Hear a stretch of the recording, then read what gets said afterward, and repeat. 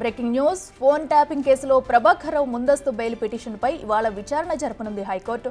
చికిత్స కోసమే అమెరికా వెళ్లినట్లు తెలిపారు. అయితే ప్రభాకర్ రావుకు ముందస్తు బెయిల్ మంజూరు చేస్తే 48 గంటల్లో ఇండియాకు వచ్చి పోలీస్ విచారణకు సహకరిస్తాడని కోర్టుకు తెలిపాడు ప్రభాకర్ రావు న్యాయవాది. అయితే ప్రభాకర్ రావుకు బెయిల్ ఇవ్వొద్దంటూ ఇటు పోలీసులు కౌంటర్ దాఖలు చేశారు.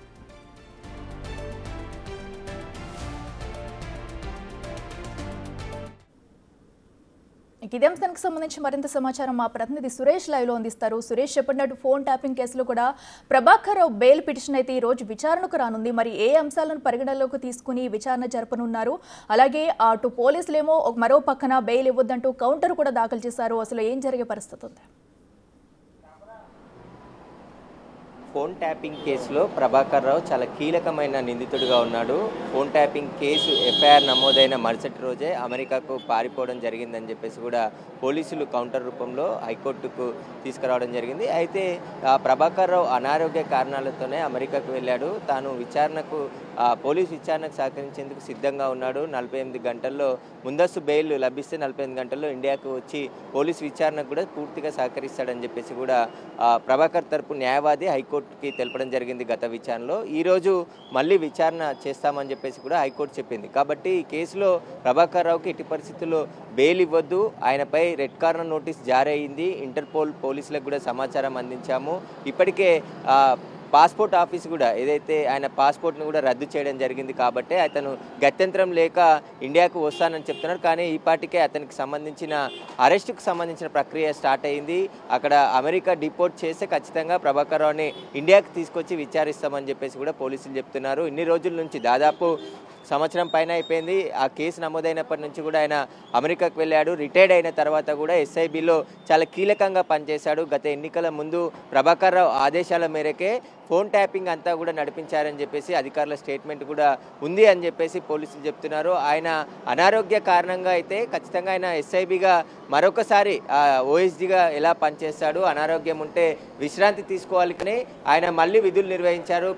గత ప్రభుత్వం ఆయనని ప్రత్యేక అధికారిగా ఎస్ఐబి చీఫ్గా ఏర్పాటు చేసి ఈ ఫోన్ ట్యాపింగ్ వ్యవహారాన్ని అంతా కూడా ప్రభాకర్ రావు చూసుకునే విధంగా సహకరించే విధంగా చేశారని చెప్పేసి కూడా ఆరోపణలు ఉన్నాయి. వాటన్నిటిపైన విచారణ జరిపించాల్సి ఉంది. కాబట్టి ప్రభాకర్ రావుని అరెస్ట్ చేసి విచారణ జరిపితేనే అన్ని విషయాలు బయటకు వచ్చే అవకాశం ఉంది. ఎందుకంటే ఇప్పటికే శ్రవణ్ రావు ఇండియాకు వచ్చి విచారణకు హాజరైనా అతను సహకరించట్లేదు అని చెప్పేసి కూడా తెలుస్తుంది. కాబట్టి దానికి సంబంధించి విచారణ కొనసాగుతుంది. ఇప్పుడు ప్రభాకర్ రావుకు బెయిల్ ఇస్తే సాక్షులను ప్రభావితం చేసే అవకాశం ఉంటుంది. ఇప్పటివరకే అనేక ఆధారాలు సేకరించడం జరిగింది. ప్రభాకర్ రావే చాలా కీలకమైన నిందితుడుగా ఈ ఫోన్ ట్యాపింగ్ కేసులో ఉన్నాడని చెప్పేసి కూడా పోలీసులు కౌంటర్ దాఖలు చేశారు. ఇరువాదనలు విన్న హైకోర్టు ఈరోజు మరొకసారి విచారిస్తామని చెప్పేసి కూడా చెప్పింది. మరికొద్ది సేపట్లోనే ప్రభాకర్ రావు ముందస్తు బెయిల్ పిటిషన్ పైన హైకోర్టులో విచారణ ప్రారంభం కానుంది. విచారణ అనంతరం హైకోర్టు ఎలాంటి ఆదేశాలు ఇస్తుంది, ఎందుకంటే పోలీసులు అన్ని ఆధారాలతో కౌంటర్ దాఖలు చేశారు. కాబట్టి ప్రభాకర్ రావుని అమెరికా నుంచి ఇండియాకు రప్పించేందుకు ప్రాసెస్ స్టార్ట్ అయింది. దానికి సంబంధించి రెడ్ కార్నర్ నోటీసు కూడా అమెరికా ప్రభుత్వానికి చేరవేశాము. సిబిఐ ద్వారా ఎప్పటికప్పుడు సంప్రదింపులు జరిపి ఇంటర్పోల్ పోలీసులకి చేరవేశాం. కాబట్టి ఖచ్చితంగా అతన్ని అరెస్ట్ చేసి ఇక్కడ తీసుకొచ్చే ప్రక్రియ కూడా ప్రారంభమైంది అని చెప్పేసి కూడా పోలీసులు చెప్తున్నారు. కాబట్టి ఇప్పుడు ఈ కేసులో ప్రభాకర్ రావుకి బెయిల్ మంజూరు చేస్తే ఆయన బయట ఉన్నటువంటి సాక్షులను ప్రభావితం చేసే అవకాశం ఉంటుంది, ఆధారాలను కూడా. ఎందుకంటే ఇప్పటి వరకు అనేక మంది సాక్షులను ఈ కేసులో విచారించడం జరిగింది. కొంతమందిని అరెస్ట్ చేసి రిమాండ్కి తరలించారు. వారంతా కూడా బెయిల్పై బయటకి రావడం జరిగింది. ఇప్పుడు శ్రవణ్ రావు కూడా విచారణ ఎదుర్కొంటున్నాడు. ఈ కేసులో అందరి నిందితులు కూడా ప్రభాకర్ రావు ఆదేశాల మేరకే పనిచేశామని చెప్పేసి కూడా స్టేట్మెంట్ ఇవ్వడం జరిగింది. కాబట్టి ప్రభాకర్ రావు ఇంట్లో సోదాలు జరిపిన సమయంలో కూడా ఎలాంటి ఆధారాలు దొరకకుండా అతను ముందు జాగ్రత్తలో చర్యంగానే అతను అన్ని ధ్వంసం చేసి ఇక్కడ నుంచి పారిపోవడం జరిగిందని చెప్పేసి కూడా పోలీసులు గుర్తించడం జరిగింది. ఇప్పుడు ప్రభాకర్ రావుకి హైకోర్టు బెయిల్ ఇస్తుందా లేదంటే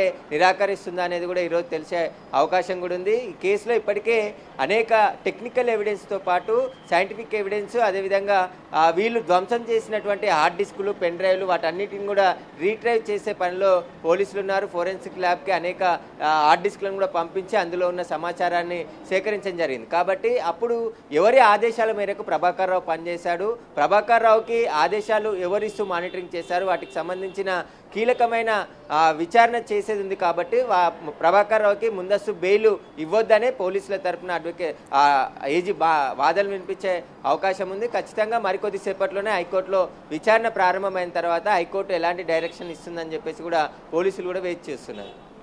అయితే సురేష్, మనం చూస్తున్నాం ఇప్పటికే ఒకవేళ బెయిల్ మంజూరు చేస్తే కనుక 48 గంటల్లో ప్రభాకర్ రావు వస్తాడన్నట్టు కూడా తన తరపు న్యాయవాదులు అయితే అటు తెలుపుతున్నారు. మరి ఇప్పటికే అమెరికా కోసమే అటు వైద్య పరీక్షల నిమిత్తమే అమెరికా వెళ్ళినట్టు కూడా ఆ న్యాయవాదులు అయితే చెప్తున్నారు. మరి ప్రభాకర్ రావుని ఇండియా రప్పించేందుకు పోలీసులు ఎలాంటి ఏర్పాట్లు చేస్తున్నారు? ఎందుకంటే ఈ కేసులో ముందు నుంచి కూడా చూసుకున్నట్టయితే ప్రభాకర్ రావే కీలక పాత్రధారి, సూత్రధారి అన్నట్టుగా కూడా ఇప్పటికే పోలీసులు తెలిపారు. మరి వచ్చిన వెంటనే అరెస్ట్ చేసే ఛాన్సెస్ ఏమైనా ఉంటాయా?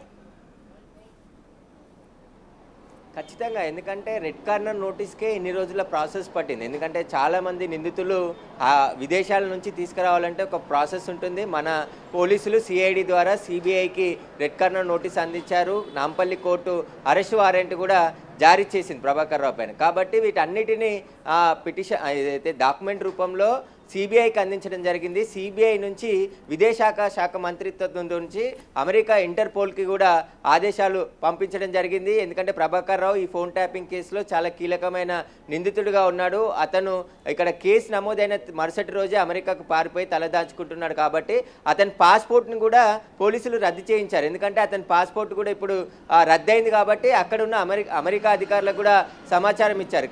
ఖచ్చితంగా ఆయన ఇండియాకు తిరిగి రావాల్సి వస్తుంది. ఇంటర్పోల్ పోలీసుల సహకారంతో రెడ్ కార్నర్ నోటీసులు జారీ అయ్యాయి. కాబట్టి ఆ ప్రభాకర్ రావు ఎక్కడ ఉన్నాడనే సమాచారం కూడా పోలీసులకు ఉంది. కాబట్టి అక్కడున్న ఇంటర్పోల్ అధికారులకు సమాచారం ఇచ్చి విదేశాంగ మంత్రిత్వం ద్వారా అతన్ని ఇండియాకి తీసుకొచ్చే ఏర్పాట్లు జరుగుతున్నాయి. ఖచ్చితంగా త్వరలోనే ప్రభాకర్ రావుని ఇండియాకి రప్పించే ప్రయత్నం అన్నీ కూడా పోలీసులు చేస్తున్నామని చెప్తున్నారు. కాబట్టి ఈ సమయంలో ప్రభాకర్ రావుకి ముందస్తు బెయిల్ మంజూరు చేస్తే అతని కేసుకు ఏమాత్రం సహకరించకుండా బయట ఉన్నటువంటి సాక్షులను ప్రభావితం చేసే అవకాశం ఉంటుందని చెప్పేసి కూడా పోలీసులు కౌంటర్లో దాఖలు చేశారు.